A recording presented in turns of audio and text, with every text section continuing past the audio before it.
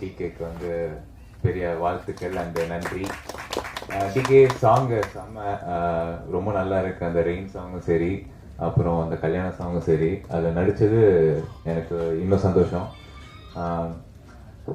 என்னன்னா என்னதான் நம்ம வந்து 15 டேஸில் ஆக்டிங் கிளாஸ் போனேன், அதுக்கப்புறம் மாடலிங், அதுக்கப்புறம் பிக் பாஸ், என்ன இருந்தாலும் ஆக்டிங் வந்து நான் புதுசு தான். ஆக்சுவலாக இந்த படத்துக்கு வரும்போது ஒரு எப்படி சொல்கிறது, ஈரமும் இல்லாத, அதாவது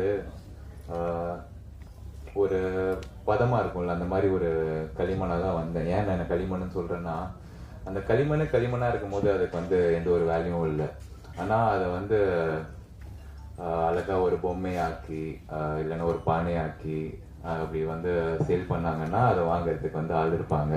ஸோ அந்த களிமண்ணாக வந்த என்ன மொத்தமாக டைரக்டரை மட்டும் இல்லை, நம்ம குருஜி, அவரை குருஜின்னு தான் கூப்பிடுவேன், ஜீவா சார்.